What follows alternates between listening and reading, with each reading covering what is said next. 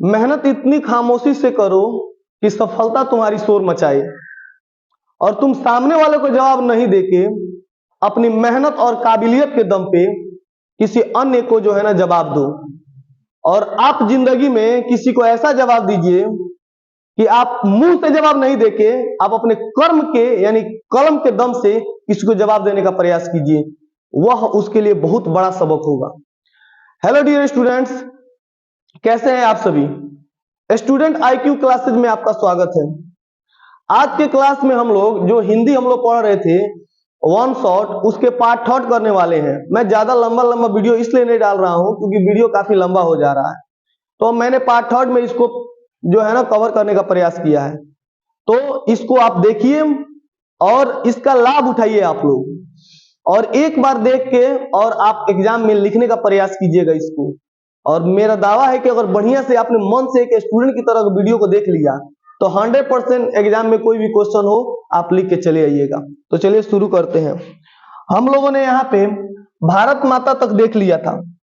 भारत माता हम लोग पढ़ रहे थे। भारत माता लिखा गया है सुमित्रानंद पंत द्वारा।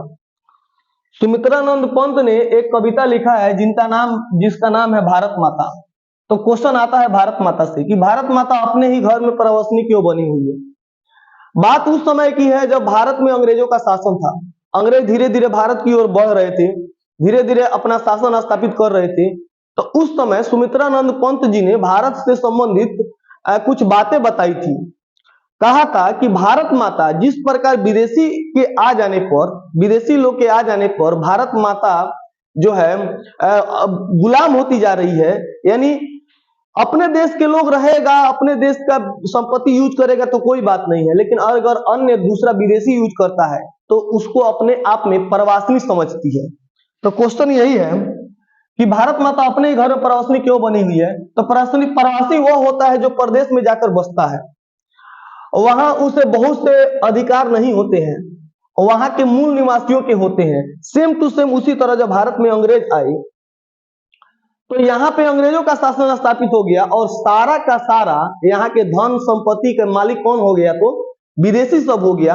तो यही कारण है कि भारत माता कहती है कि मैं अपने ही घर में प्रवासनी हूँ, यानी यहाँ की संपत्ति होते हुए भी भारतीय इसका अपने मन के मुताबिक यूज नहीं कर सकते हैं। यही कारण है कि भारत माता अपने ही घर में क्या है? प्रवासनी है।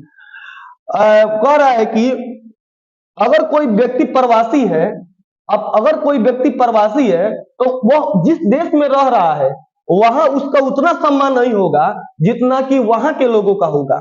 सेम टू सेम वही कंडीशन भारत माता की है। भारत माता क्या है? भारत के लोग हैं। तो भारत के लोग जब अंग्रेज आ गए तो उनको ना सम्मान देते थे ना रेस्पेक्ट देते थे। यही कारण है कि भारत माता अपने ही घर में प्रवासनी बनी हुई है। आप इसको ऐसे करके लिख सकते हैं। क्वेश्चन ऐसे भी लिखा, प्रवासी वह होता है जो प्रदेश में जाकर बसता है और वहां उसे बहुत से अधिकार नहीं होते हैं, वहां के मूल निवासियों के होते हैं। वहां उसे मूल निवासियों की भांति आमतौर से मान सम्मान भी प्राप्त नहीं होता है, और जब आदमी गुलाम रहता है तो अधिकार छीन जाता है। उसी तरह जब विदेशी शासक हमारे यहाँ आए तो भारत के लोगों का अधिकार छीन गया। इसी कारण भारत माता अपने ही घर में प्रवासनी बनी हुई है।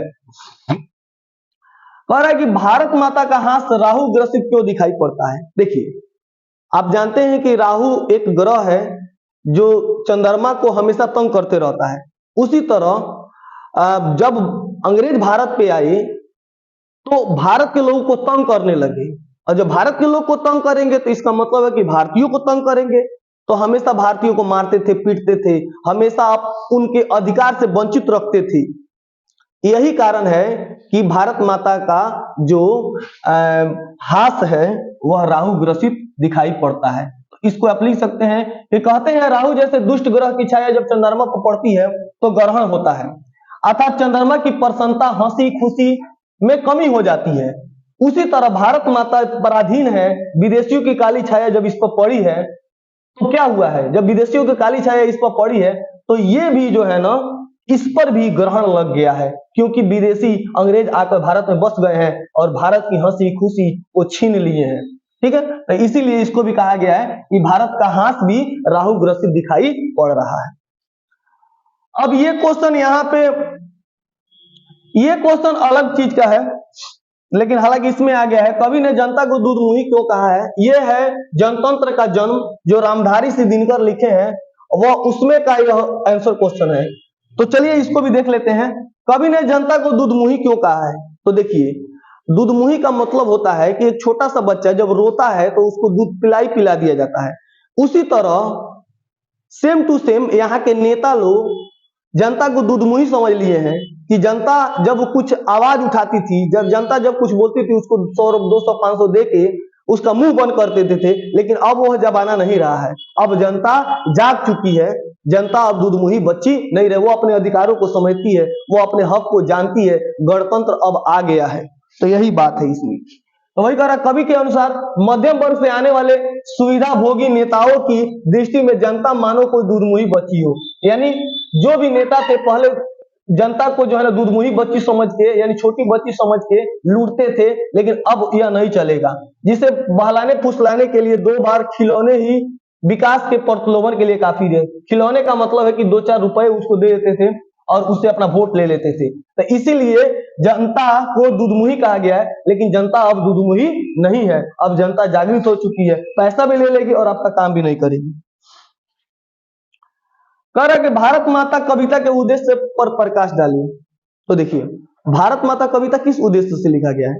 भारत माता कविता हम यही उद्देश्य से लिखा गया है कि भारत में जो अंग्रेजी शासन है वह समाप्त हो जाए, भारत एक बार फिर से हंसता खेलता रहे। भारत जो है ना वो अंग्रेजों के चंगुल से आजाद हो जाए, और जितने भी आजाद कराने के लिए जो भी कष्ट करना पड़े वो भारतीयों को करना चाहिए। यही भारत माता चैप्टर का मतलब है कि पराधीनता से स्वतंत्रता की ओर बढ़ जाए भारत माता। इस चैप्टर का उद्देश्य यही है।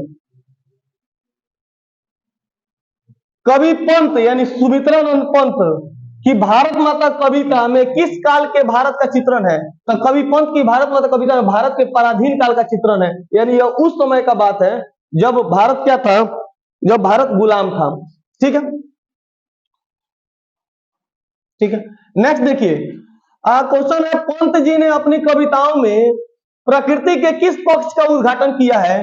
तो पंत जी ने अपनी कविताओं में प्रकृति के सुकोमल पक्ष का उद्घाटन किया है। यानी सुकोमल का मतलब अच्छे पक्ष का उद्घाटन किया है। भारत माता कविता में भारत के किस रूप का उल्लेख है। भारत माता कविता में भारत के दीनहीन का उल्लेख है। यानी भारत के लोग क्या है तो दीनहीन है। भारत के लोग क्या है, दीनहीन है। भारत के लोग क्या है तो दीनहीन है, इसकी उल्लेखना की गई है। नेक्स्ट देखिएगा लोग,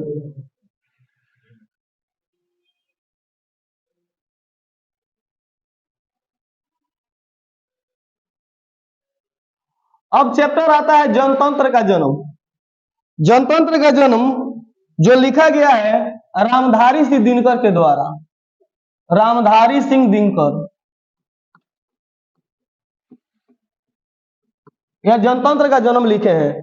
बात उस समय की है जब भारत में जनतंत्र का जन्म हुआ था, यानी जनता का शासन लागू हुआ था। आप जानते हैं कि जनता का शासन ही सर्वोपरि है भारत में। यानी जनता चाहे अपनी मर्जी से अपने नेता का चुनाव करती है और चाहे तो उसको हटा सकती है 5 साल के बाद। यानी अब जनता का शासन है, अब राजाओं का शासन नहीं है। जिस तरह पहले राजाओं का शासन था, उसके बाद अंग्रेजों का शासन था, लेकिन अब भारत में किसका शासन है। तो अब भारत में जो है वह जनता का शासन है। जनता जो चाहे वो जो है ना अपनी मर्जी से कर सकती है। तो उसी को देखते हुए रामधारी सिंह दिनकर ने एक कविता लिखा जिसका नाम है जनतंत्र। तो चलिए इसमें क्या क्या है देखते हैं। कविता में किसका जय घोष है। तो जनतंत्र का जन्म कविता में जनता का जय घोष है, यानी जनता इसमें सर्वोपरि है। इसको याद रखिएगा कि जनतंत्र का जन्म शीर्षक कविता में भारत में जनतंत्र की स्थापना का जय घोष है।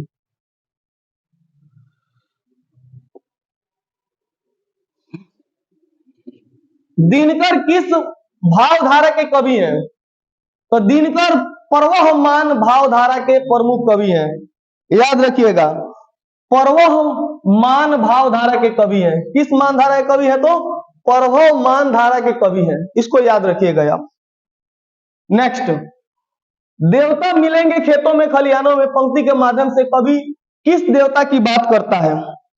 तो देवता मिलेंगे खेतों और खलिहानों में, इस पंक्ति से कवि जनता की बात करता है कि आरती लिए तू किसे ढूंढता है मूर्ख, मंदिर और राज प्रसादों में देवता तुम्हें सड़कों पर मिलेंगे, देवता मिलेंगे तुम्हें खेतों और खलिहानों में।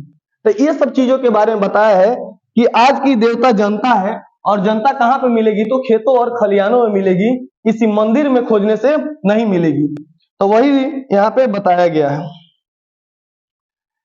कि कवि दिनकर के अनुसार जनतंत्र में प्रजा ही जनता की सब कुछ होती है, वह राजा होती है, उसी के नाम पर उसी के हित के लिए उसके द्वारा अधिकार प्रदत्त लोग शासन करते हैं। इस प्रकार प्रजा ही राजा है, जनतंत्र का देवता है। जनतंत्र का देवता कौन है, तो जनता है। क्योंकि प्रजा किसान और मजदूर है, अतः कवि कहता है कि जनतंत्र के देवता राजप्रसादों मंदिरों में नहीं मिलेंगे, ये मिलेंगे खेतों और खलिहानों और सड़कों पर मिलेंगे। ये सब चीजों के बारे में बताया गया है। अगला देखिए, कविवर दिनकर ने जनता के स्वप्न का किस तरह चित्र खींचा है। तो कविवर दिनकर ने भारतीय जनता की शक्ति और क्रांतिकारी स्वरूप को प्रस्तुत किया है। वर्षों क्या, 100 वर्षों क्या, 1000 वर्षों से गुलामी रूपी काला बादल अंधकार फैलाए हुए था, अब समाप्त हुआ।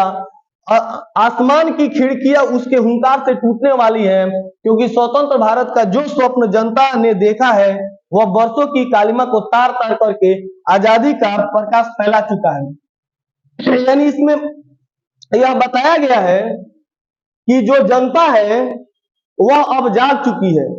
वही जनता जो वर्षों से सोई हुई थी, और वही जनता जो दूध मुही बच्ची के रूप में थी, और वही जनता जो जिसको आप किसी तरह ठग देते थे, अब वह जनता नहीं रुकेगी। अब एक बार जब जनता हुंकार भरेगी तो महलों से नींव उखड़ सकती है। यानी जनता के रोके समय में इतना ताव कहाँ, जनता जिधर चाहती है ताल उधर मुड़ता है। यानी जनता जो चाहेगी वही अब होगा। तो इस क्वेश्चन में हम लोग को ये देखना है। विराट जनतंत्र का स्वरूप क्या है, कवि किनके सिर पर मुकुट धरने की बात करता है। विराट जनतंत्र का मतलब होता है कि अब जनता का शासन आ गया है, और कवि जनता के सिर पे मुकुट रखने का बात करता है। क्योंकि जनता के सिर पे मुकुट है, जनता जब चाहेगी अपनी मर्जी से अपने नेता का चुनाव करेगी, और अगर अच्छा नहीं लगेगा तो उसको क्या करेगी, हटा देगी। तो यही इसमें बात बताया गया है। नेक्स्ट देखिए, जनता की भपूटी टेढ़ी होने पर क्या होता है। तो जनता का जब मूड खराब हो जाता है तो क्या होता है, राज्य सत्ता बदल जाती है। यानी जनता की जब भी भपूटी टेढ़ी हो जाती है, जब भी वह चाह देती है तो सत्ता को पलट सकती है। यानी मुख्यमंत्री को चेंज कर सकती है, प्रधानमंत्री को चेंज कर सकती है, किसी को भी चेंज करके दूसरे आदमी को इलेक्ट कर सकती है जो उसके लायक हो। तो वही कह रहा है, जनता की भपूटी जब टेढ़ी होती है तो राज्य सत्ता बदल सकती है। जनता में किसका राज्याभिषेक होता है, तो सॉरी जनतंत्र में किसका राज्याभिषेक होता है। तो जनतंत्र में अब जनता का राज्याभिषेक होता है। जनतंत्र में किसका राज्याभिषेक होता है, तो जनता का राज्याभिषेक होता है, किसी राजा का राज्याभिषेक नहीं होता है, और जनता ही इसमें मालिक होती है। नेक्स्ट चैप्टर है हिरोशिमा। हिरोशिमा, इसके लेखक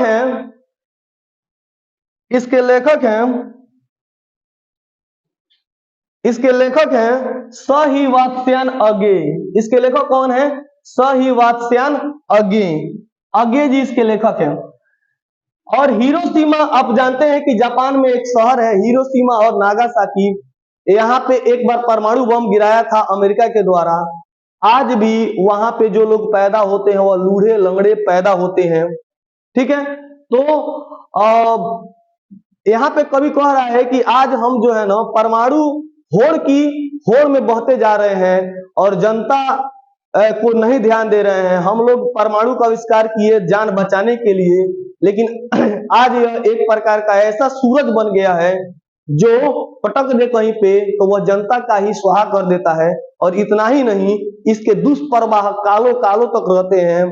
तो ये नहीं होना चाहिए, मानव को इतना भी अंधा नहीं बनना चाहिए तो इसी में इन्होंने एक कविता लिखा है कि एक दिन सहसा सूरज निकला, है ना, नगर के चौक में बीचों बीच, यानी परमाणु बम फटने के बारे में बात बता रहे हैं कि जब हिरोशिमा पर बम गिराया था अमेरिका में। तो कह रहा है कि हिंदी काव्य में अगे ने क्या किया है, तो हिंदी काव्य में अगे ने छायावाद की धारा को प्रगतिवाद में समाहित किया और प्रयोगवाद की शुरुआत की। याद रखना है, हिंदी काव्य में अगे ने छायावाद की धारा को प्रगतिवाद में समाहित किया है और प्रयोगवाद की शुरुआत की है। नेक्स्ट क्वेश्चन, छायाएं दिशाहीन सब और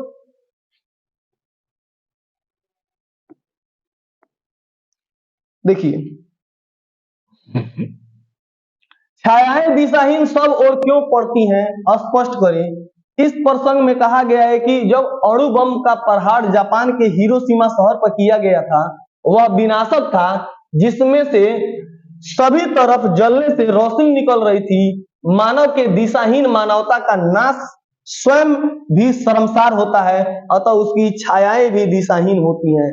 यानी जब बम गिराया गया था हिरोशिमा पर, तो वह इतना ज्यादा जल रहा था और इतना उससे तबाही हुआ था कि चारों दिशाएं छायाहीन हो गई थी। तो वही इसमें कहा गया है कि छायाएं दिशाहीन सब और क्यों पड़ती हैं, क्योंकि मानव ने जो बम बनाया था, वह बम ही उसके लिए जो है ना शर्मसार सिद्ध हुआ। यह जो है ना देश के नाम पर और किसी भी परमाणु शक्ति के नाम पे कलंक है कि मानवता को मिटाने के लिए इसका प्रयोग हुआ था। तो वही कह रहे हैं, इस प्रसंग में कहा गया है कि अणु बम का प्रहार जनता के हिरोशिमा शहर पर किया गया था, वह विनाशक था, जिसमें से सभी तरफ जलने से रोशनी निकल रही थी। मानव के दिशाहीन मानवता का नाश स्वयं से शर्मसार होता है। तो ये सभी चीजें आपको यहाँ पे बतानी है, ठीक है। यहाँ पे देखिएगा, अगला है कि हिरोशिमा में मनुष्य के साथी के रूप में क्या है। तो हिरोशिमा कविता में मनुष्य के साथी के रूप में वहां के जले चट्टान हैं, वहां की दीवारें हैं जो जली हुई थी। तो यही सब चीज है कि हिरोशिमा में मानव निर्मित अणु बम के चलते भीषण नरसंहार हुआ था। बहुत से लोग तो वाष्प बन गए, यानी बहुत से लोग मर गए, उनका आता पता ही नहीं चला। हाँ, जो लोग नहीं रहे उताप में स्वाहा हो गए, उनमें से कुछ की छायाएं झुलसे पत्थरों, दीवारों और सड़कों पर साथी के रूप में है। यानी हिरोशिमा में मनुष्य के साथी के रूप में क्या है, तो कहिएगा हिरोशिमा मनुष्य के साथी के रूप में वहां के पत्थर हैं, वहां की दीवारें हैं, वहां की सड़कें हैं, ये सब साथी के रूप में है। मतलब कि ये प्रमाण के रूप में है कि वहां पे एक बम गिराया गया था। नेक्स्ट देखिएगा अगला,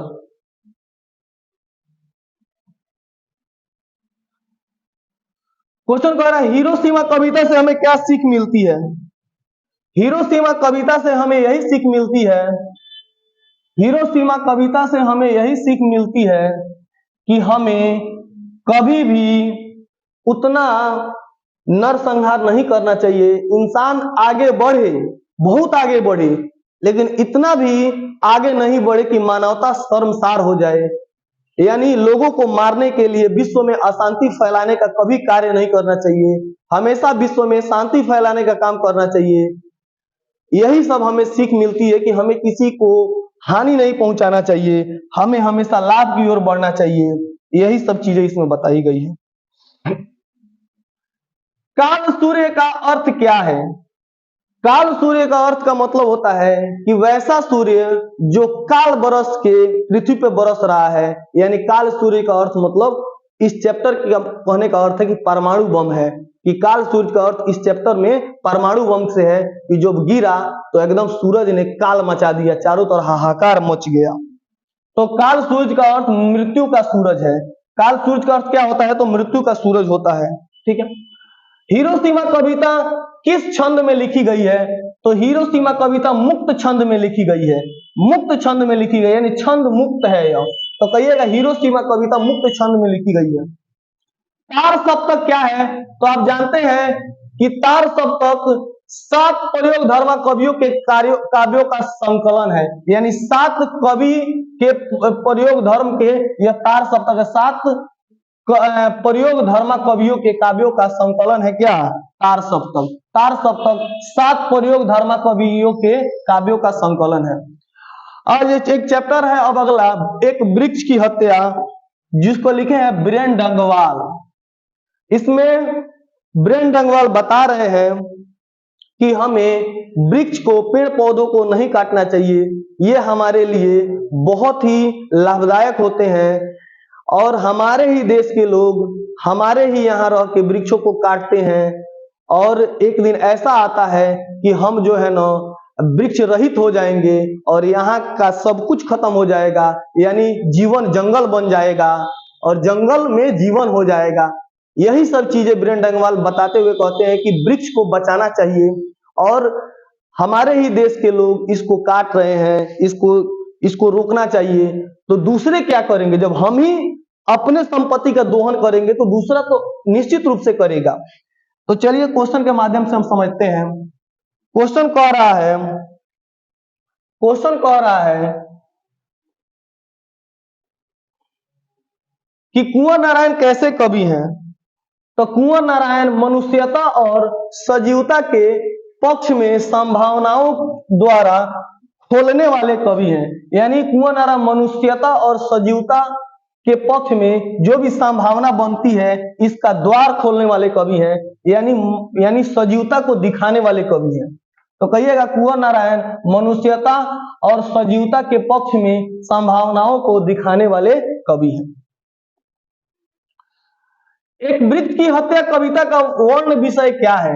एक वृक्ष की हत्या कविता का वर्ण विषय है। एक वृक्ष की हत्या कविता का वर्ण विषय है नाना प्रकार की प्रदूषण और खींचते मानव का मूल्य। यानी जब वृक्ष की हत्या हो रही है तो अपने मन से इसको लिखिएगा लो, ये इसके लिखा मत लिखिएगा लो। एक वृक्ष की हत्या कविता का वर्ण विषय है कि पेड़ पौधों को नहीं काटना चाहिए, पेड़ पौधों को बचा के रखना चाहिए, यही इसका मेन मतलब है। कविता का समापन करते हुए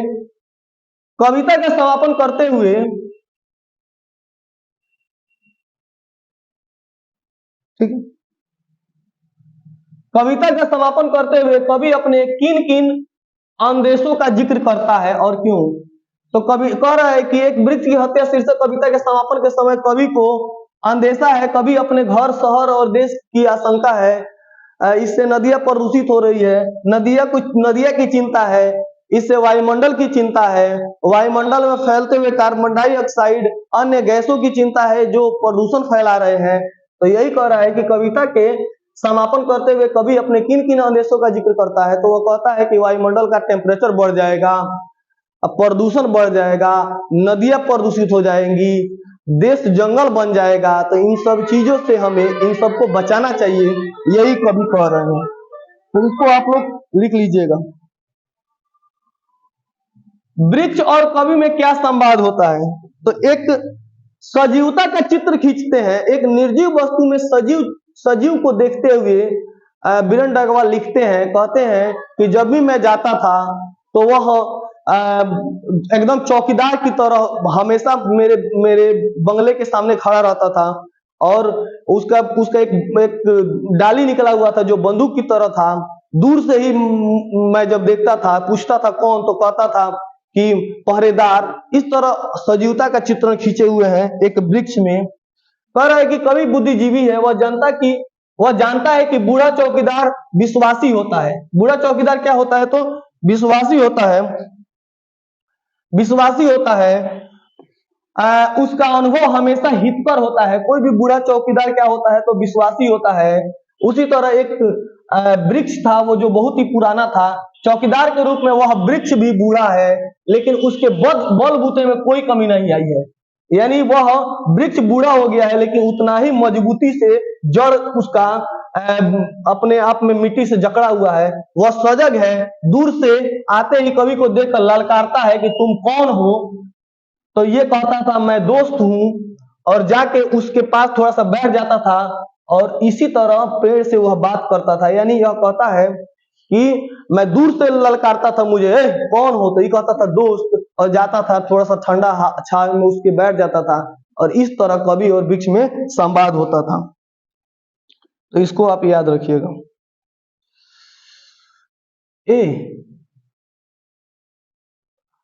इसको एक वृक्ष की हत्या, एक वृक्ष की हत्या, ये तो इसको लिखे हैं, हमारी नींद को लिखे हैं बीरेन डंगवाल, हमारी नींद कविता को बीरेन डंगवाल लिखे हैं। एक वृक्ष की हत्या है ना, तो चलिए इसको देखते हैं हम लोग। एक वृक्ष, बीरेन हमारी नींद, ये लिखने का प्रयास किए हैं। और यहाँ पे देखिएगा, इसको थोड़ा सा हमने बताया है कि एक वृक्ष की हत्या, ये लिखे हैं कुंवर नारायण, ये लिखे हैं कुंवर नारायण, ये कुंवर नारायण लिखे हैं, सॉरी कुंवर नारायण, मैं मिस्टेक से यही बोलते आ रहा हूं। एक वृक्ष की हत्या लिखे हैं कुंवर नारायण, और यहाँ पे हमारी नींद कविता बीरेन डंगवाल लिखे हैं। हमारी नींद कविता कौन लिखे हैं? तो बीरेन डंगवाल लिखे हैं। तो चलिए इसको देखते हैं, हमारी नींद कविता में क्या है। हमारी नींद कविता में क्या है, इसको देखते हैं हम। देखिए, यथार्थ को डंगवाल किस प्रकार प्रस्तुत करते हैं? यथार्थ को डंगवाल किस प्रकार प्रस्तुत करते हैं? तो यथार्थ को डंगवाल बिल्कुल नए अंदाज में प्रस्तुत करते हैं, याद रखिएगा। यथार्थ को डंगवाल एक नए अंदाज में प्रस्तुत। बीरेन डंगवाल कैसे कवि हैं? तो बीरेन डंगवाल जनवादी परिवर्तन के पक्षधर प्रमुख सामयिक कवि है। तो बीरेन डंगवाल जनवादी परिवर्तन के पक्षधर, जनवादी परिवर्तन के पक्षधर प्रमुख सामयिक कवि है, इसको याद रखना है। हमारी नींद कविता का संदेश क्या है? हमारी नींद कविता का संदेश है संघर्ष ही जीवन है। हमारी नींद कविता का संदेश क्या है? तो संघर्ष ही जीवन है। हमारी नींद कविता किस प्रकार के जीवन का चित्रण करती है? तो कह रहा है कि हमारी नींद कविता में समाज के सुविधा संपन्न खुशहाल लोगों के परोक्ष अत्याचारों का उदाहरण पेश किया गया है। गरीब जनता अंधविश्वासों में डूबी संघर्षमय जीवन जीती रहे, निरंतर आगे बढ़ने वाला हठीला जीवन व्यापार चलता रहे और सुखी लोग सुख में डूबे रहे। यानी कहने का मतलब हमारी नींद कविता में किस प्रकार के जीवन का चित्रण किया गया है?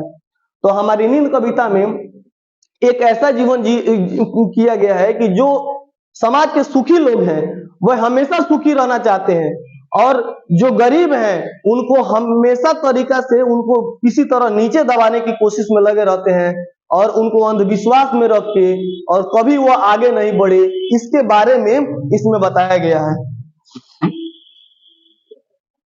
नेक्स्ट,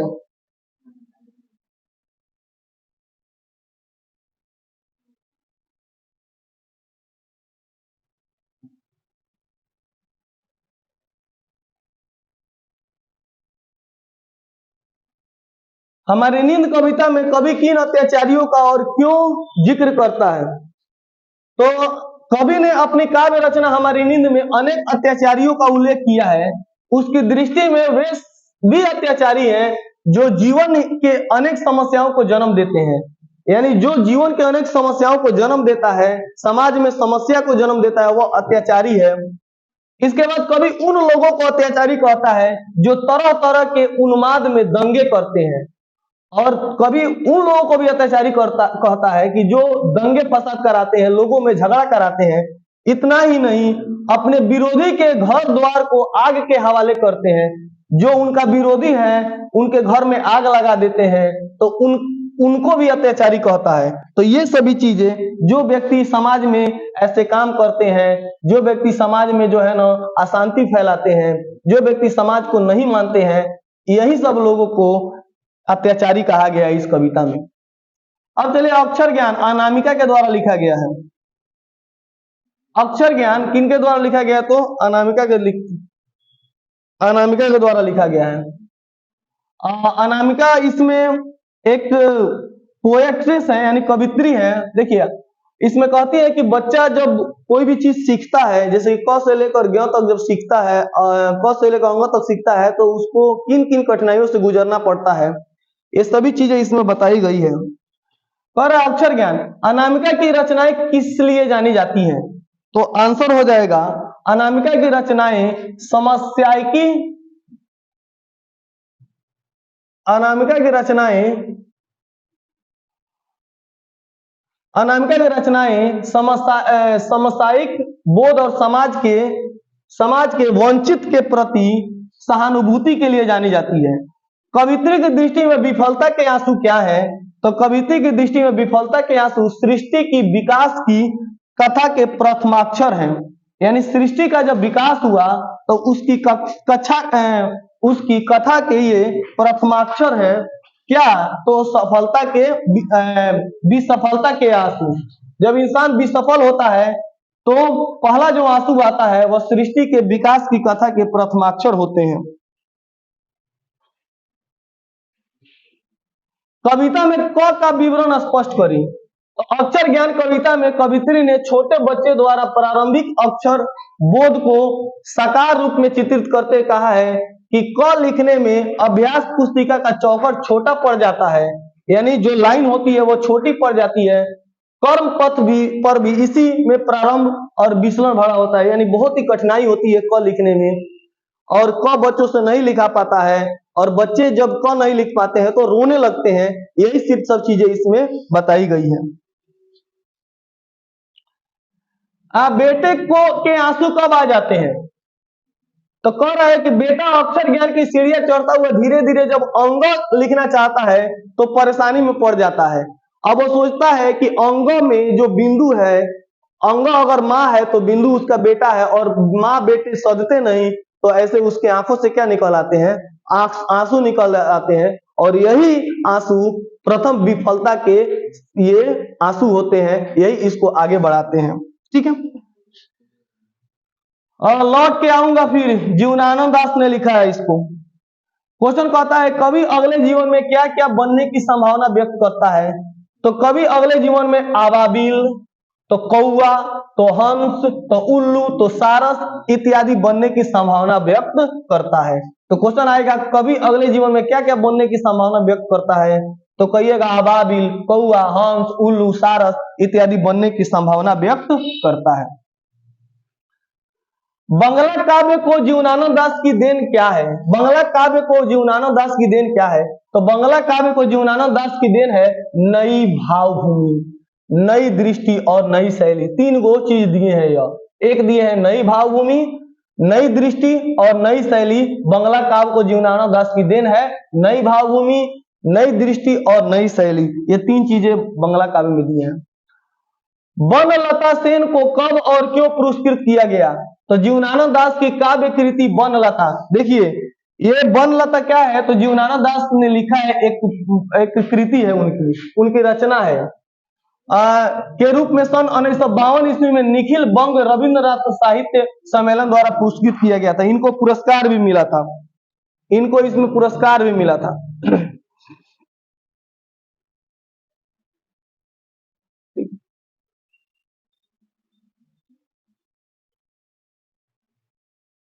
अब चलिए नेक्स्ट क्वेश्चन पे आते हैं, वो उतना इंपॉर्टेंट नहीं, उतना ही याद रखना है। नेक्स्ट है मेरे बिना तुम प्रभु। मेरे बिना तुम प्रभु रेनर मारिया रिल्के के द्वारा यह लिखा गया है। रेनर मारिया रिल्के के द्वारा यह लिखा गया है मेरे बिना तुम प्रभु। देखिएगा क्वेश्चन आता है कि भक्त और भगवान का रिश्ता बहुत ही बड़ा प्यारा होता है। बिना भक्त के भगवान का भी मोल नहीं होता है, और बिना भगवान के भक्त का भी मोल नहीं होता है। तो यही सब चीजों के बारे में रेनर मारिया रिल्के ने कहा है कि हे प्रभु, अगर मैं नहीं रहूंगा तो फिर आपकी पूजा कौन करेगा? जब दास ही नहीं रहेगा तो आपकी सेवा कौन करेगा? यानी मैं आपकी चरण पादुका हूं, अगर मैं नहीं रहूंगा तो आपके पांव में छाले पड़ जाएंगे। कभी अपने आप को तरह तरह से पेश करने की कोशिश करता है। कभी कहता है कि हे प्रभु, मैं आपका पानी पीने वाला लोटा हूं, अगर मैं ही नहीं रहूंगा तो आप पानी किस चीज से पीजिएगा? इस तरह तरह तरह के भाव को व्यक्त करते हुए कभी अपने मन की बातों को प्रभु से कहता है कि मेरे बिना आपका भी अस्तित्व नहीं है, आपके बिना मेरा भी अस्तित्व नहीं है, इसीलिए दोनों का रहना प्रकृति में जरूरी है। पूजने वाला होना चाहिए, तभी तो भगवान का मान है ना। तो चलिए इसको देखते हैं हम, रेनर मारिया रिल्के ने क्या कहा है। शानदार लबादा किसका गिर जाएगा और क्यों? शानदार लबादा प्रभु का गिर जाएगा, जिस प्रभु ने बहुत बड़ा सृष्टि को रचना किया है, उस प्रभु का शानदार लबादा गिर जाएगा। कब? जब भक्त ही नहीं रहेगा तो। इसीलिए भक्त का भी होना जिंदगी में जरूरी है। तो वही कहा है, शानदार लबादा प्रभु का गिर जाएगा जब भक्त नहीं रहेगा तो। क्यों? क्योंकि भक्ति नहीं रहेगा तो भगवान की पूजा कौन करेगा? तो यही चीजें इसमें बताई गई है। अगला देखिए, कवि रेनर मारिया रिल्के को किस बात की आशंका है, स्पष्ट कीजिए। तो यही है, कवि रेनर मारिया रिल्के कहते हैं कि हे प्रभु, मुझे आशंका है कि अगर मैं नहीं रहूंगा तो आपका क्या होगा, आपकी पूजा कौन करेगा। यानी मेरा, कवि कहता है कि ईश्वर की सत्ता मनुष्य के अस्तित्व पर ही आधारित है, उसकी भगवान भक्त आधार मनुष्य पर ही निर्भर करती है। यानी जब यही नहीं रहेगा तो लोग पूजा किसकी, लोग भगवान को मानेगा कौन। यानी यही कह रहा है कि जब भक्त ही नहीं रहेगा तो भगवान का अस्तित्व ही नहीं रहेगा, और भगवान के बिना भक्त का भी अस्तित्व नहीं है। कवि अपने आप को जलपात्र और मदिरा क्यों कहता है? कवि अपने आप को जलपात्र और मदिरा इसलिए कहता है, कवि कहता है कि हे भगवान, हे प्रभु, मैं आपका जलपात्र हूं, अगर मैं टूट जाऊंगा तो आप पानी किससे पीजिएगा। फिर कह रहा है कि मैं आपका मदिरा हूं, अगर सूख जाऊंगा तो आप प्यासे रह जाएंगे। ये सब चीजें बताया है कि मेरे बिना आपका काम नहीं चल सकता है। ये बार बार रेनर मारिया रिल्के ने बताने का इसमें कोशिश किया है। मेरे बिना तुम प्रभु कविता का केंद्रीय भाव क्या है? मेरे बिना तुम प्रभु कविता का केंद्रीय भाव है, विराट सत्य और मनुष्य एक दूसरे पर निर्भर है। विराट सत्य, और यह कहा है कि मनुष्य एक दूसरे पर निर्भर है। यानी एक मनुष्य दूसरे मनुष्य पर निर्भर है, यानी हम अपना स्वयं काम नहीं कर सकते हैं। यहाँ पे हम किसी के ना किसी की मदद जरूर लेते हैं। तो यही कह रहा है, विराट सत्य और मनुष्य एक दूसरे पर निर्भर है। रिल्के ने किन क्षेत्रों में यूरोपीय साहित्य को प्रभावित किया है? तो रिल्के ने अपने भावबोध, संवेदनात्मक भाषा और शिल्प से यूरोपीय साहित्य को प्रभावित किया है। रिल्के की कविताएं कैसी हैं? रिल्के की कविताओं में रहस्यवाद और आधुनिक भावबोध की झलक मिलती है। तो रहस्यवाद और आधुनिक भाव की झलक मिलती है, यही सब चीजें इसमें दिखाई गई है। अब चलिए हम लोग नेक्स्ट करते हैं, इसको आगे हम लोग कंटिन्यू करते हैं। दही वाली मगम्मा, एक पार्ट है दही वाली मगम्मा। इसमें ये अब पार्ट 2, हिंदी का पार्ट 2 है। मैं कहानी कह के इसको समझा दे रहा हूं, आप इसको लिख लीजिएगा। पहला है दही वाली मगम्मा। इसमें मगम्मा एक सास रह रही है, इसकी एक पतो रही है जिसका नाम रह रहा है नजम्मा। गांव में एक लफेड़ा रह रहा है जिसका नाम है रगम्बा। जो मगम्मा है उसके पति मर गए हैं, और नजम्मा जो है वह इसकी पतो है। मगम्मा डेली दही बेचने के लिए जाती है, एक शहर में जाती है दही बेचने के। शहर में किसी बड़ी औरत से जान पहचान हो जाता है, वहां डेली उसके घर दही देने जाती है। एक बार की बात है कि जाती थी तो अपने पतों का जो है बड़ाई करती थी, मेरी पतो बहुत अच्छी है, बहुत काम करती है, ये करती है, वो करती है। लेकिन जब पतों से एक दिन झगड़ा हो जाता है बेटा को लेकर, पतों का जो माने उसकी पतों का यानी इसका जो पोता था वह उसकी मार रही थी, उसकी पतों जो है ना उस पोता को मार रही थी इसके मगम्पा के। तो ये मगम्पा को देखा नहीं गया और डांट दी कि क्यों मार रही है मेरे पोता को। तो बोली कि मेरा बेटा है, मुझे जो मन करेगा वो करूंगी। तब से दोनों में थोड़ा सा टकरार हो जाता है, और जब टकरार होता है तो जब दही बेचने के लिए जाती है तो वहां पे उसका शिकायत करती है। और इसी का फायदा उठाकर एक गांव में एक लफेड़ा है रगम्पा, वह जो है हाथ पकड़ ले रहा है किसका, मगम्पा का हाथ पकड़ ले रहा है और उसे पैसे ऐंठने लगता है। तो इस बात की चिंता नजम्मा को होती है, यानी उसकी पोतों को होती है। तो अपने बेटा को फिर से भेज के और मनाने का प्रयास करती है। और सही में सास और पोतों का झगड़ा जो है ना एक लड़का को ही और उसके पोता को ही लेकर होता है सास के, तो वही उसको एक जड़ बनता है, उसी को मनाती है। तो देखिए इस कहानी में क्या कहा गया है। मगम्पा ने अपना धर्म नहीं छोड़ा कैसे? तो कह रहा मगम्पा का मर्द उसे छोड़ दिया, किंतु उसने बेटे को नहीं छोड़ा, उसने उसे पाल पोस कर बड़ा किया, अतः अपना धर्म नहीं छोड़ा। यानी जब इसका पति मर जाता है मगम्पा का, मगम्पा का पति मर जाता है तो एक माँ का धर्म होता है कि अपने बेटा को पालना पोसना, उसे बड़ा करना, तो इसने अपना धर्म नहीं छोड़ा। कर मगम्पा का अपनी बहू से किस बात को लेकर झगड़ा हुआ, तो बेटा को लेकर झगड़ा हुआ। वह इसकी पतो अपने बेटे को मार रही थी, तब तक ये बोल दी, तो इसको लेकर उससे क्या हो गया, तो झगड़ा हो गया। सास बहू की लड़ाई में मगम्पा के बेटे ने किसका साथ दिया, तो सास पतोह की लड़ाई में मगम्पा के जो बेटा था उसने अपनी पत्नी का साथ दिया, और लेकर इसको गुस्सा आ गया कि मेरा बात नहीं मान रहा है, मेरा बेटा होकर मेरा बात नहीं मानता है कि पतोह का बात मान रहा है। ठीक है ना, अक्सर सास लोग का यही स्थिति है, अक्सर यही बात होने करता है। रगम्पा कौन था और मगम्पा से क्या चाहता था, तो रगम्पा गांव का एक लफेड़ा था, दारूबाज था, दारू पीने वाला था, और यह मगम्पा से पैसे ऐंठने के बारे में सोच रहा था, पैसे मांग रहा था। मगम्पा की बहू नजम्पा ने अपनी सास से क्यों समझौता कर लिया, क्योंकि जब देखी कि घर में लड़ाई हो रहा है तो दूसरा कोई फायदा उठा रहा है, और कहीं मेरी सास को मार ना दे, कहीं उसका पैसा नहीं ले, इसीलिए समझौता कर लिया। ठीक है, अगला चलिए, तो एक मगम्पा कौन थी, मगम्पा बारी से दही बेचने वाली थी, एक दही बेचती थी। अब एक ढहते विश्वास हम लोग पढ़ने चल रहे हैं, सतकोड़ी होता ने इसको लिखा है, ढहते विश्वास। इसमें एक औरत रह रही है जिसका नाम रह रहा है सीता, सीता के 3-4 बेटे रह रहे हैं। इसका पति लक्ष्मण रह रहा है, लक्ष्मण कलकत्ता में नौकरी करता है, नौकरी से काम धाम नहीं चलता है, तो सीता भी जो है ना किसी के यहाँ बर्तन 2-4 बर्तन वर्तन मांजती है, दोनों का काम धंधा चलता है। इसका घर जो है ना महानदी के किनारे रह रहा है, महानदी के किनारे रह रहा है, हमेशा महानदी में बाढ़ आती रहती है। तो एक दिन की बात है कि बारिश बहुत ज्यादा बरसते रह गई, और बारिश जब बरसते रह गई तो पानी का स्तर नदी में बहुत बढ़ गया, तो अचानक एक दिन बाढ़ भी आ गया, बाढ़ में इसका जो है ना घर बार सब चीज क्या हो गया, दह गया। तो यही इसमें है ढहते विश्वास में। तो चलिए इसमें क्या है देखते हैं। सतकोड़ी होता ने इसको लिखा है, कह रहा है कि सतकोड़ी होता के कथा साहित्य की विशेषता क्या है, तो सतकोड़ी होता के कथा साहित्य में उड़ीसा का जनजीवन पूरी आंतरिकता के साथ प्रकट होता है, यानी उड़ीसा महानदी के किनारे है, याद रखिएगा, उड़ीसा के जीवन के बारे में बताया गया है सतकोड़ी होता के द्वारा। नेक्स्ट क्वेश्चन है कि ढहते विश्वास कहानी का वर्णन विषय क्या है, तो ढहते विश्वास कहानी का वर्णन विषय यही है, उड़ीसा है और वहां सूखा बाढ़ का तांडव और इन दोनों से जूझते लोगों का अदम्य साहस है। यानी ढहते विश्वास कहानी का शीर्षक वहां की एक नदी है, उड़ीसा महानदी के किनारे है, और उसमें हमेशा बाढ़ आते रहता है, और वहां के लोग हमेशा बाढ़ और सुखाड़ से जूझते रहते हैं। यही सब चीजों के बारे में इसमें बताया गया है।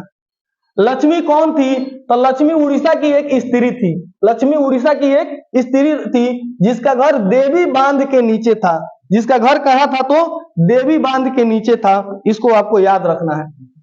लक्ष्मी ने अपने पुत्र को किस कार्य के लिए भेज दिया, तो देखी कि जब महानदी का बांध टूट रहा है, जब सब लोग जा रहे हैं बांध को बांधने, तो ये भी अपने बेटा को भेज दी कि जाओ तुम भी बांध बनवाओ, उसके काम में मदद करो, ताकि लोग की हमारा भी हेल्प हो जाएगा, सब लोग जा रहे हैं तो तुम भी जाओ।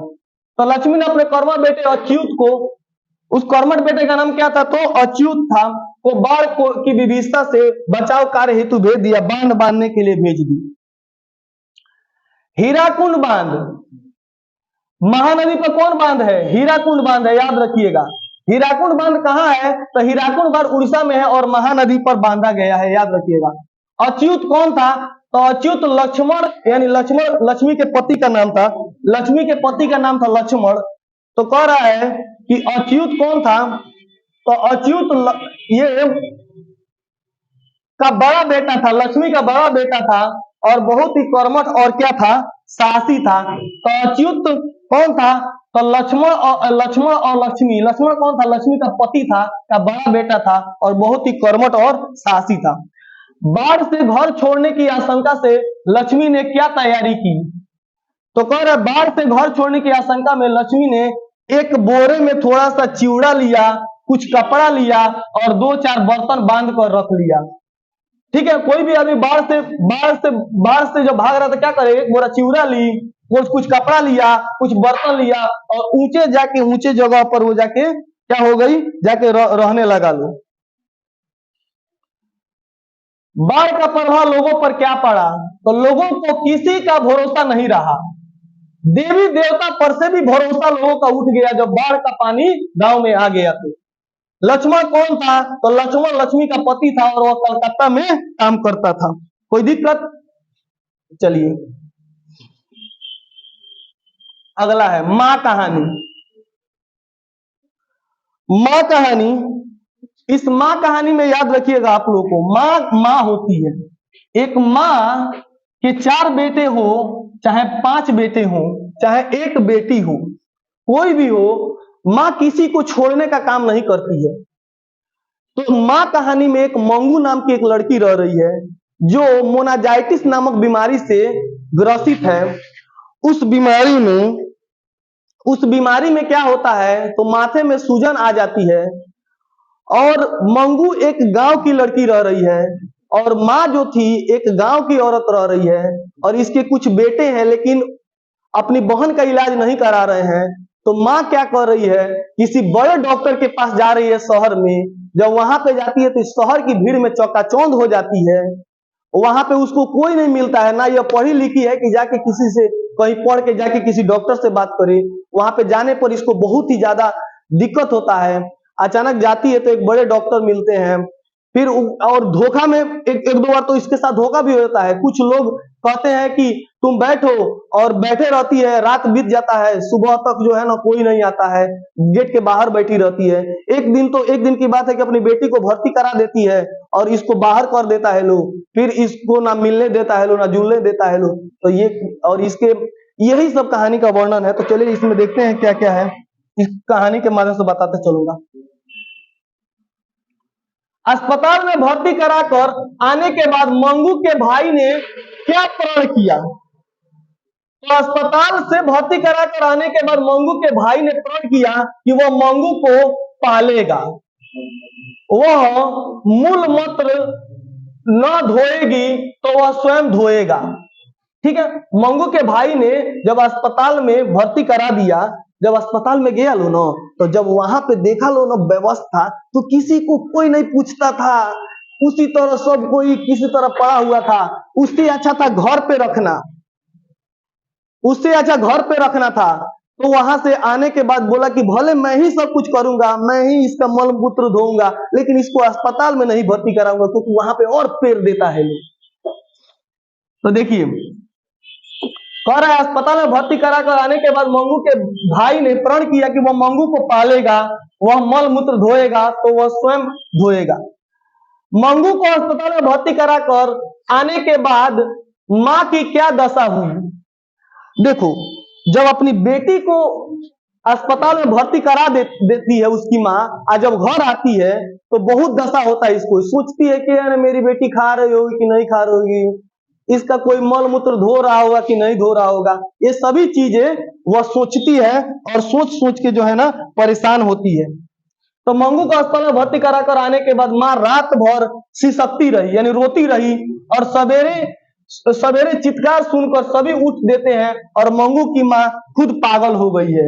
यानी ये सोचने लग रहे हैं कि मेरी बेटी कैसी होगी कैसी नहीं होगी, यही सब सोचकर रात भर रोती है। भर्ती करा के आती है तो भले कोई नहीं पटना में भर्ती होके आता है तो रात भर चिंता रहता है, उसी तरह इसको भी चिंता थी।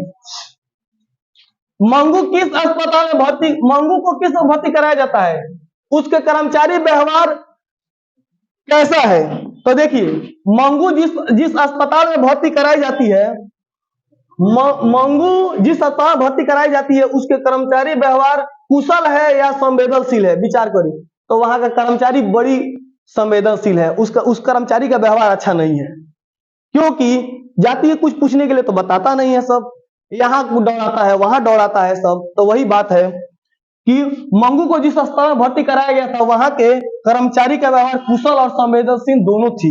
यानी वह कुछ कुशल भी थे, कुछ लोग तो अच्छे थे, डॉक्टर कुछ अच्छे थे और कुछ हरामी टाइप का रहता है सब।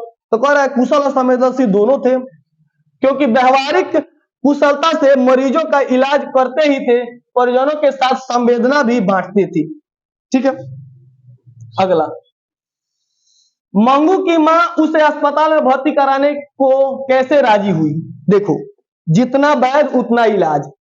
जब किसी को बीमारी होती है ना, जब वो घर पे रहता है ना, 50 लोग आते हैं, कहते हैं यहाँ पे भर्ती करा दो ना, मेरी बेटी ठीक हो गई।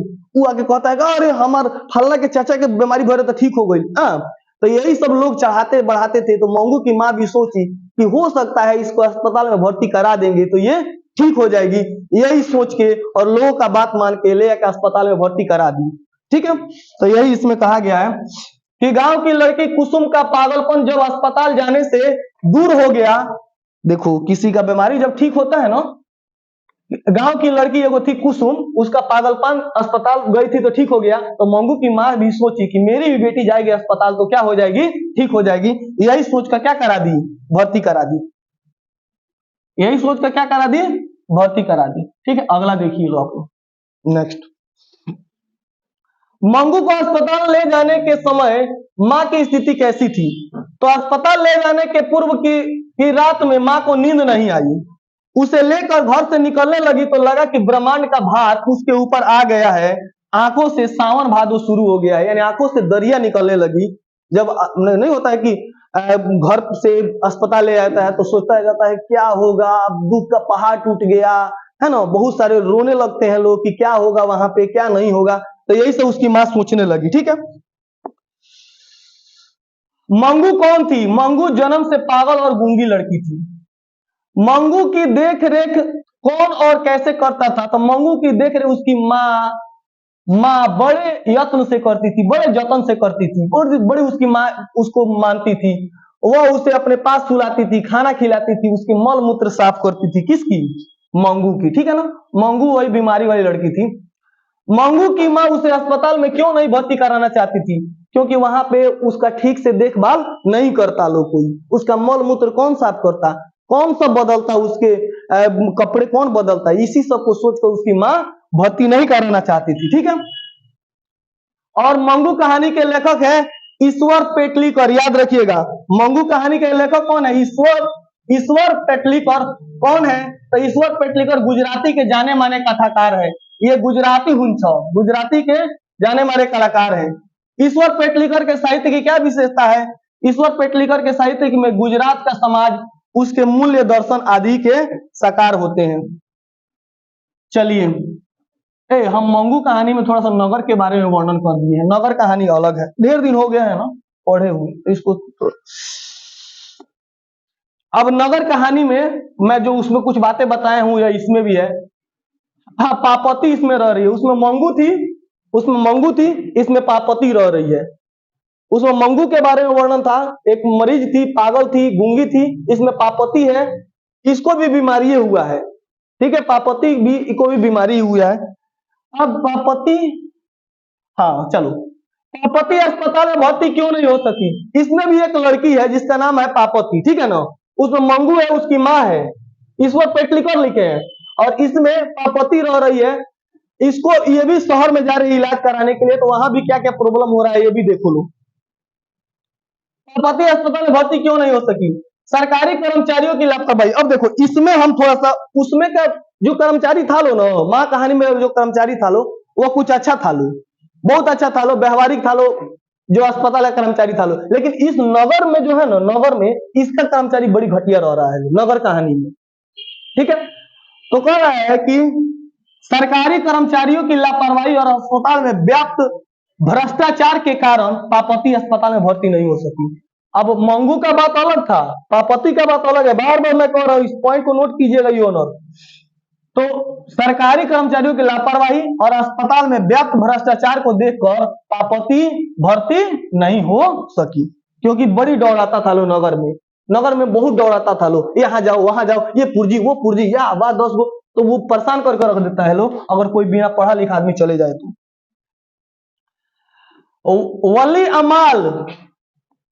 वली अमाल मुदरई के बड़े अस्पताल में क्यों गई थी?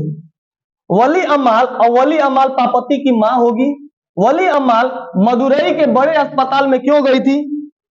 वली अमाल अपनी बेटी, देखिए यहाँ पे वली अमाल कौन है? पापती की मां है। वली अमाल कौन है? पापती की मां है। तो वली अमल अपनी बेटी पार्वती को दिखाने मदुरई के बड़े अस्पताल में गई थी। गांव के डॉक्टर ने उसे यही कहा था कि चले जाइए मदुरई, वहां पे बड़े बड़े डॉक्टर है, वहां पे आपकी बेटी ठीक हो जाएगी। इसको मोनाजाइटिस था शायद, इसको दिमाग में सूजन था, उसको वो गूंगी और पागल लड़की थी, और ये मोनाजाइटिस की शिकार थी पार्वती। ये मिस हो जाता है बोलने में। खैर आप लोग समझदार है, समझ सकते हैं इसको। नेक्स्ट, बड़े डॉक्टर पार्वती के बारे में पूछताछ क्यों कर रहे थे? अरे कोई भी डॉक्टर पूछताछ करेगा तभी ना बीमारी का इलाज करेगा। तो कह रहे पार्वती वली अमल की बेटी है जो तमिलनाडु के गांव से मदुरई शहर से अस्पताल में लाई गई है। पार्वती बहुत ही भयंकर मोनाजाइटिस, मोनाजाइटिस दिमाग की बीमारी है। ये जो ब्रेन होता है ना, ब्रेन में एक परत होती है जो मोनाजाइटिक पर, जब इसी में सूजन आ जाती है तो बीमारी हो जाती है, मोनाजाइटिस बीमारी होती है, ठीक है ना, ब्रेन में पीड़ित है। माँ उसकी बहुत ही सीधी सादी गांव की महिला है। बड़े डॉक्टर अपने छात्रों के साथ पार्वती से बेटी की बीमारी के बारे में पूछताछ कर रहे थे ताकि अपने छात्रों की बीमारी के बारे में पढ़ा सके। लेकिन इसमें एक अलग नाटक होता है। जब बड़े अस्पताल में ले जाता है मरीज को ना, मेडिकल हॉस्पिटल में, तो वो लोग क्या करता है, लोग बहुत सारा बच्चा आ जाता है जो मेडिकल का तैयारी करता है ना, सुन लो, जो मेडिकल का तैयारी करता है वो बहुत सारे स्टूडेंट आ जाते हैं और एक बड़े डॉक्टर लेक्चर देते हैं, उसको देखो, उसको टोको, कौन बीमारी है पूछो। इलाज नहीं करता है सब, उसको सिखाता है उन मरीज पर, भले मरीज मर जाए, उस मरीज पर वो प्रोफेसर जो है ना, जो मेडिकल के बच्चे होते हैं उसको सिखाता है ना, कि यह बीमारी है, कब से हुआ, तो अब पढ़ाते हैं, देखो समझ रहे हो ना, सीख रहे हो ना। तो ये सब अपने छात्रों को बताते हैं प्रोफेसर, ठीक है ना। वास्तव में इलाज नहीं कर रहे हैं, पढ़ा रहे हैं। और एक गरीब महिला को पेरा जा रहा है, यहां जाओ वहां जाओ, और पेरा जा रहा है बीमारी के नाम पे। चलिए अगला क्वेश्चन है, बड़े अस्पताल के डॉक्टर ने पार्वती को किस रोग से ग्रस्त बताया? तो बताया कि मोनाजाइटिस हो गया है। क्या कौन बीमारी हो गया? तो मोनाजाइटिस। तो क्वेश्चन आएगा पार्वती को कौन बीमारी थी? मोनाजाइटिस की बीमारी थी। अस्पताल के आदमी ने वली अम्मल कौन थी? पार्वती की मां थी। वली अम्मल कौन थी? पार्वती की मां थी। वली अम्मल कौन थी? तो पार्वती की मां थी। वली अम्मल पार्वती की क्या थी? तो मां थी। इसको याद रखिएगा लोग।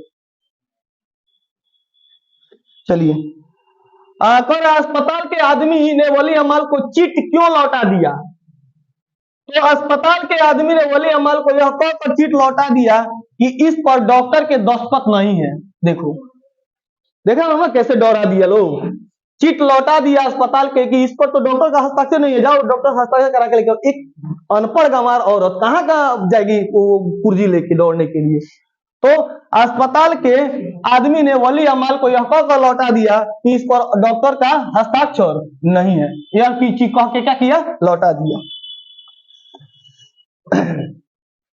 भर्ती वाले जगह के आदमी ने, सुनो, भर्ती वाले जगह के आदमी ने वली अम्मल से क्या कहा? तो भर्ती वाले आदमी से वली अम्मल ने कहा कि अभी जगह नहीं है, कल सवेरे आना, है ना। देख रहा हो ना कैसे भर्ती वाले आदमी ने कहा कि अभी जगह नहीं है अस्पताल में, कल सवेरे आना। तो ये सब दौड़ाने वाला काम कर रहा है लोग, कौन? ये डॉक्टर, वहां के कर्मचारी, और एक गरीब लड़के, एक गरीब माँ जाती है अपनी बेटी को लेकर तो दौड़ा रहा है, ठीक है। उसके बाद देखो, बड़े अस्पताल का डॉक्टर कैसा आदमी था? ये अच्छा आदमी था। बड़े अस्पताल का डॉक्टर कैसा आदमी था? तो अच्छा आदमी था। बड़े अस्पताल का डॉक्टर पेशे से कुशल और भला आदमी था। वह पार्वती को भर्ती कर उसका इलाज करना चाहता था, किंतु भ्रष्टाचारियों के आगे उसकी एक न चली। वहां के डॉक्टर का भी वहां पे उतना भ्रष्टाचार का भी उसका बात नहीं माना गया, ठीक है ना। लेकिन डॉक्टर अच्छा था। डॉक्टर क्या था? अच्छा था। सुजाता किस भाषा की अच्छा, इसको कौन लिखे हैं? पार्वती कहानी को कौन लिखे हैं? सुजाता। पार्वती कहानी को कौन लिखे हैं? सुजाता। माँ कहानी को ईश्वर पेटलीकर, ठीक है ना। और दही वाली मगम्मा सांवर दैया, ठीक है, याद रखना है। अब चलिए, नहीं, सांवर दैया धरती कब तक घूमेगी शायद लिखे हैं, देख लेते हैं। हाँ, अब चलिए, धरती कब तक घूमेगी, ये एक कहानी है।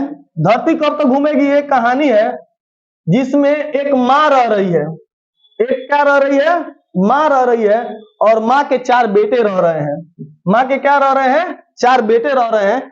इस कहानी को पढ़कर मुझे बागवान फिल्म अमिताभ बच्चन की याद आती है। जिस तरह अमिताभ बच्चन ने बागवान फिल्म में 4 बेटे रहते हुए और चारों बेटे उसके नहीं जानते थे और सलमान खान लास्ट में उसका मतलब कि बेटा बनता है और अच्छा से उसका मान जान करता है, सेम टू सेम मुझे इस कहानी को देखकर बागवान की याद आती है। तो ये एक धरती कब तो घूमे में एक सीता नाम की एक औरत रह रही है। सीता के 4 बेटे रह रहे हैं और चारों बेटे और उनकी पत्नियां इसको थोड़ा सा भी भाव नहीं देता है, ठीक है ना। सेम टू सेम भगवान की कहानी है यह, शायद भगवान इसी को देखकर बनाया है। इसमें क्या हुआ है, 4 गो बेटे हैं इसके, लेकिन चारों बेटों को पतो नहीं मानती है। उसके बाद से एक दिन का बात आता है कि कहता है लोग का एक काम करो, माँ को 6 महीना वो रखेगा, माँ को 6 महीना वो रखेगा, समझ रहा ना। इसमें कहा गया कि 6 महीना माँ को वो बेटा रहेगा, फिर 6 महीना वो रखेगा, फिर 6 महीना वो रखेगा, 6 महीना वो रखेगा। ऐसे करके जिस बेटे तो दुख हो जाते जब माँ का बारी आती थी किसी बेटा में ना कि 6 महीना हो गया माँ मेरे यहाँ आएगी, तो बेटे दुखी हो जाते थे, पत्नियां दुखी हो जाती थी। लेकिन वही पोते पोतिया को खुशी होती थी कि अब दादी आएगी, दादी से बड़ी प्रेम था उन लोगों को। तो यही सब चीजें इसमें बताई गई है। एक दिन की बात है जब तंग आ जाती है मानो तो घर छोड़ के चली जाती है, और घर छोड़ के चली जाती है और एक सुनसान जगह पे जाके सोचती है कि धरती ये कब तक घूमेगी, ऐसा कब तक चलते रहेगा। तो चलिए फटाफट देखते हैं इसको। क्वेश्चन कह रहा है कि सीता की स्थिति बच्चों को किस खेल से मिलती जुलती थी। तो सीता की स्थिति बच्चों को चक्कर लगाकर धरती घूमने के खेल से मिलती जुलती है। यानी बच्चे कैसे चक्कर लगाते हैं किसी चीज का, तो सीता की कहानी भी ऐसे ही क्या है, चक्कर लगाने वाले कहानी है। अगला क्वेश्चन, सीता की आंखों के आगे अंधेरा कब छा गया। सीता की आंखों के आगे अंधेरा कब छा गया, तो बेटों ने जब कहा कि वे तीनों हर साल 50-50 रुपए देंगे और माँ कह रहा है कि इसको आंख के सामने अंधेरा छा गया। जब बेटा बोला लो कि हम तुमको 50-50 रुपया देंगे, 3 गो बेटा था सब, और तुम अपने हाथ से रोटी पकाए खा लेना, ठीक है ना। और अपनी आप रोटी बनाएगी माँ, तो सीता की आंखों से क्या आ गया, अंधेरा छा गया कि मैं सबको रोटी बनाए खिलाती थी और मुझको 50-50 रुपए किलो देगा और मैं अपने आप से रोटी बनाए खाऊंगी, मेरा बेटा फैसला कर रहा है। तो ये सब चीज के उसकी आंखों से क्या आने लगा, आंसू आ गया और अंधेरा छा गया। सीता को कब लगा कि आकाश अनंत है। सीता को कब लगा आकाश अनंत है, तो जब यह घर छोड़ के चली जाती है तो कहती है कि आकाश अनंत है, दुनिया में बहुत जगह है, मैं कहीं मर कर जाऊंगी, मैं वहीं कहीं बनाए खा सकती हूँ, ठीक है ना, बेटों का मुझे परवाह नहीं है। तो कह रहा है सीता ने बेटों बहुओं की उपेक्षाओं से त्रस्त होकर जब अपने पैरों पर खड़े होने के लिए घर छोड़ा, यानी कोई कहता ना बूढ़ा हो गया है उसको मानता नहीं, वही बूढ़ा के पास अगर हड्डी में दम अगर शिक्षा ले लेता है तो कहीं अकेले जाएगा, कमाएगा, खाएगा, है ना। बहुत सारी फिल्में भी निकली हुई है इस पर। तो उसे लगा कि आकाश अनंत है, धरती बहुत बड़ी है, चौड़ी है, और मैं कहीं जाके खुली हवा में सांस लूंगी और कहीं भी अपना जीवन यापन कर सकती हूँ। तो उसको क्या लगा कि जीवन बहुत ही अनंत है, ठीक है। सीता को अपने घर में घुटन क्यों महसूस होती थी, अरे किसको घुटन महसूस नहीं होगा। जो घर में रह रही थी उसके ना बेटा जानता था, ना उसकी बहू जानती थी, इसको खुद खाना बनाना पड़ता था, है ना। तो इसको इरिटेट होता था, इसको अपने ही घर में क्या होती थी, घुटन महसूस होती थी। आप इसको लिखते रहिएगा, लिख लीजिएगा, ठीक है। अगला, धरती कब तक घूमेगी कहानी की नायिका कौन है, तो कहानी की नायिका कौन है, तो सीता है। धरती कब तक घूमेगी कहानी की नायिका तीनों बेटों वाली माँ कौन है, सीता है, ठीक है। अरे नायिका का मतलब क्या होता है, जो कहानी उसके आसपास घूम रही है, तो सीता के आसपास घूम रही है ना, तो सीता इसमें क्या है, नायिका है। धरती कब तक घूमेगी कहानी का क्या उद्देश्य है, धरती कब तक घूमेगी कहानी का उद्देश्य है कि माँ को कभी छोड़ना नहीं चाहिए। माँ होती है ना। इस कहानी से दिखाया गया कि किसी भी बूढ़े माँ को बेटों के द्वारा छोड़ना नहीं चाहिए, ठीक है। चलिए, सीता के प्रति उसके बेटों और बहुओं का व्यवहार कैसा था, अच्छा था कि खराब था, बहुत ही खराब था। तो सीता के प्रति उसके बेटों और बहुओं का व्यवहार अत्यंत उपेक्षापूर्ण था, यानी खराब था। धरती कब तक घूमेगी कहानी के रचयिता कौन है, तो धरती कब तक घूमेगी इसके रचयिता सांवर दैया है, बताए ना, सांवर दैया है, सांवर दैया है। धरती कब तक घूमेगी के रचयिता है सांवर दैया, ठीक है। चलिए अगला देखते हैं हम लोग, फाइनल लास्ट कहानी धरती कब तक घूमेगी तक है। चलिए, हमने वन शॉट में आपका हिंदी वीडियो पूरा फाइनल करा दिया। Thank you very much. इसको देखिए, सब्सक्राइब कीजिए और बहुत आगे जाइए आप लोग।